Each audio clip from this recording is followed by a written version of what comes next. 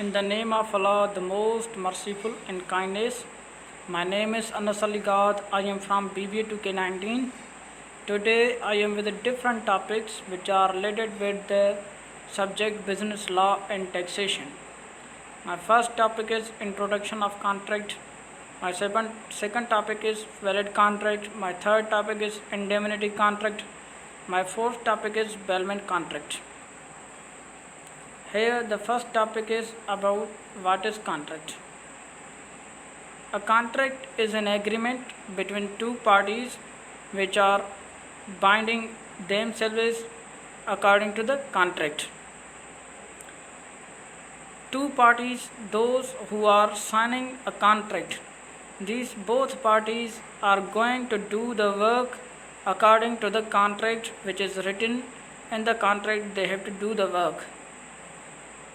A contract had the different things, like it has an agreement, consideration, promise. Different things are being seen in the contract. After we call that the valid contract and void contract. These are the different contracts are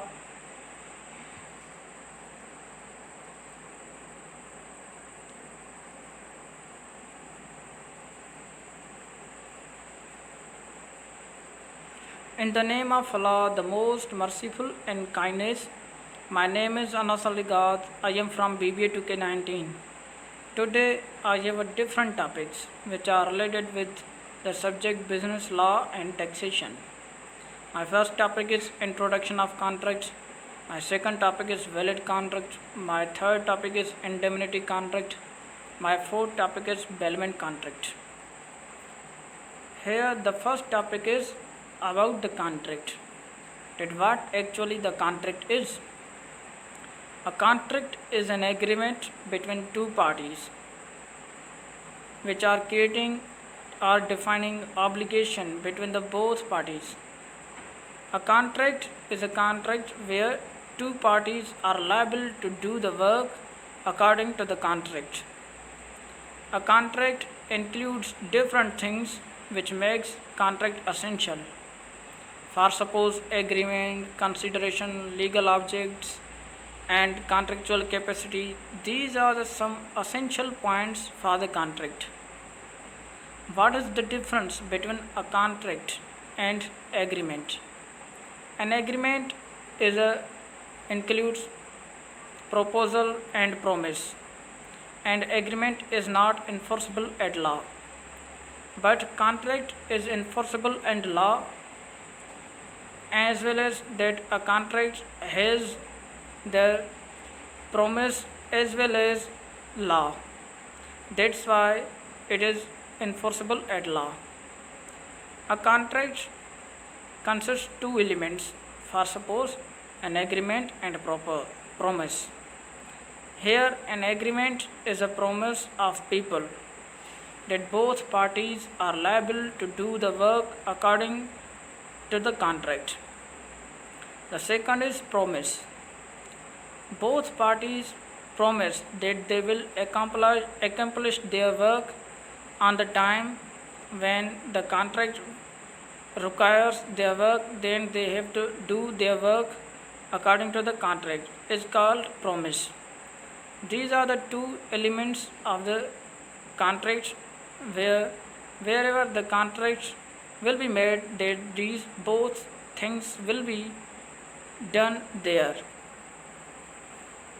Here some are the essentials of the contract, like first, intention to create a contract.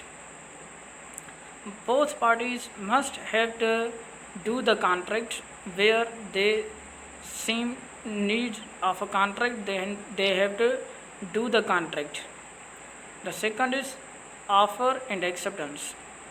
Offer is made by offerer to offeree, and offer is accepted by offeree, and he has the only ability that he can only agree on it. No one can force offeree that he has to accept it without any consideration or any legal object.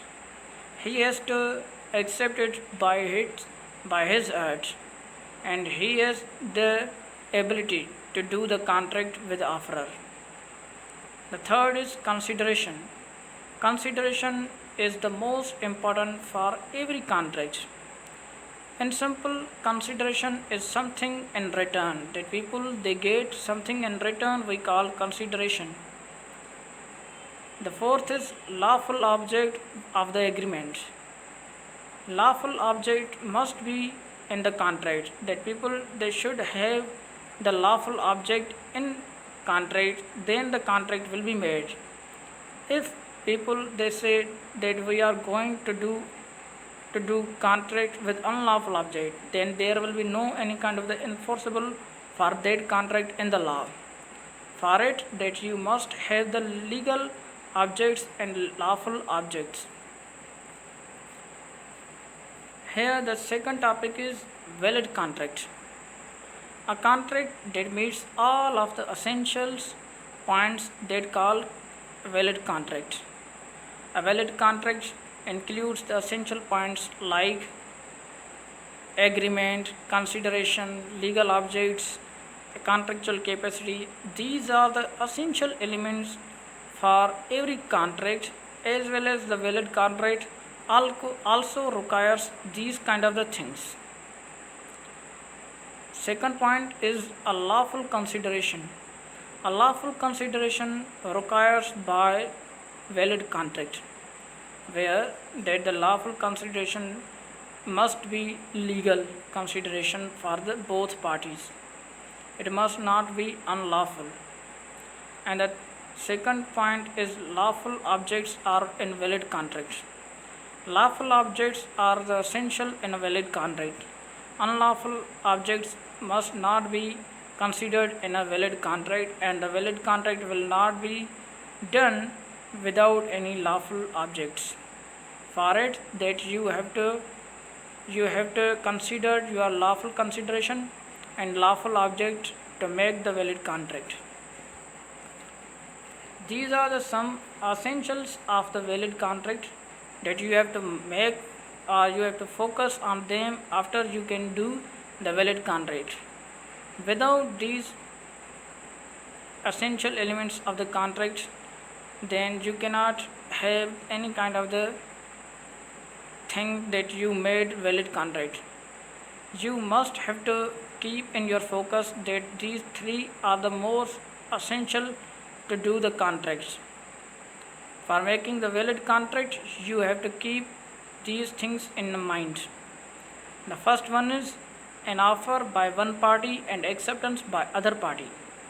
The one party that offered to other party is called offerer, and whom it offers is called offeree that accepts it by heart, by consideration, by legal objects that he puts in his mind after he accepts that thing. No one can force offeree that you must have to accept it. He accepts it in his own heart. This is called an offer by one party and acceptance by other party. The second is an intention to create legal relations. A legal relations are most essential for the valid contract.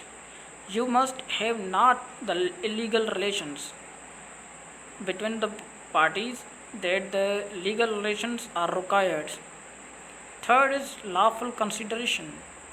Lawful consideration is one kind of the best thing that we can have in a valid contract.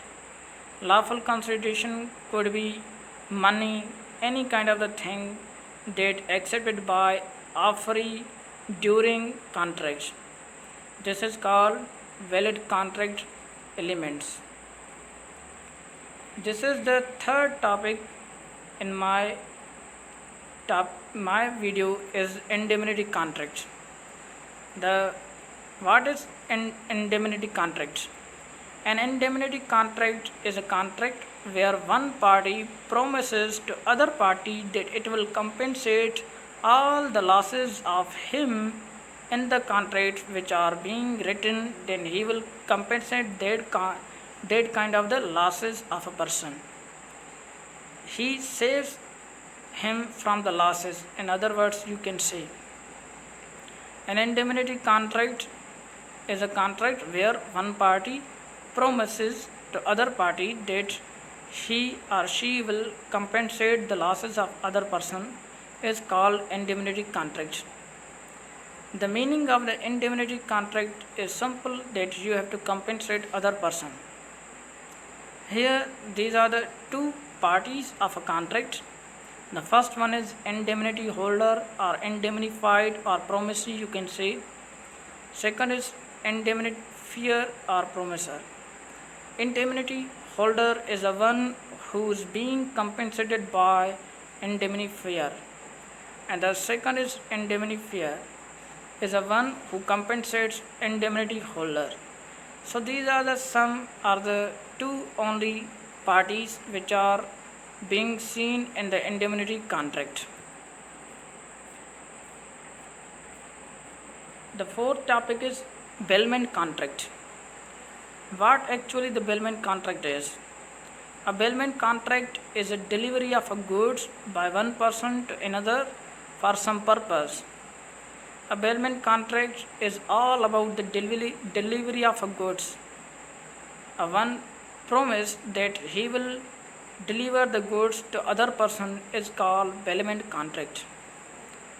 This is all about the purpose of a person, that he delivers that things, and the person who is a bailee, that he wants to get the goods for doing some kind of the thing with that goods is called the purpose of the bailee. Here are the two parties of a contract and the bailment contract. The one is bailer and second is bailee. The bailer is a one who promises to deliver the goods to person, and the bailee is a one whom the goods are going to be delivered. This is called the bailee. Here some are the essential points which are being kept in mind when the bailment contract is going to be done. The first thing is parties, that the bailment contract should have the parties. The parties are, the first is bailer, the second is bailee. These are the two parties in a bailment contract that we call the parties. The second is delivery of a goods. Delivery of a goods is the main focus of the bailment contract. A bailment contract is said because of a delivery of a goods. A delivery of a goods is being seen in the bailment contract. One, the bailer who promises that he will deliver the goods to bailee is called delivery of a goods. The third is no ownership. Bailee should not have to say that he is the owner of the goods which are being delivered by bailer. Bailee must have to say that these are the goods which comes from bailer. Then he has to say that I am not the owner of these kind of the goods. The owner is the bailer who gives me these things only for work or the purpose that I have, and I have only paid or give some kind of the money in the consideration of that person. But he must not have to say that I am going to give the name that these goods are mine. No, he must have to say that the ownership is only of the bailer on these things. The fourth thing is condition of returning.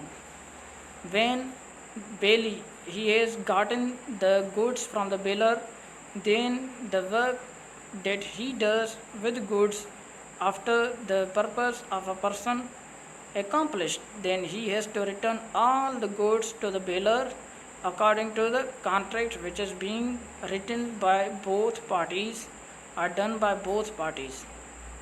The fifth is purpose. A bailee must have a purpose to do the contract.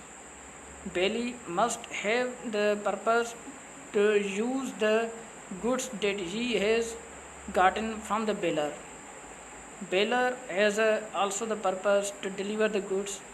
Bailee must have also the purpose, that whom these goods are being used by this person. These are the some of the essential points of the bailment contract where the things are going to be considered in the bailment contract. I hope that you have understand all these four topics which are related with business law and taxation. And last, thank you for listening this whole video.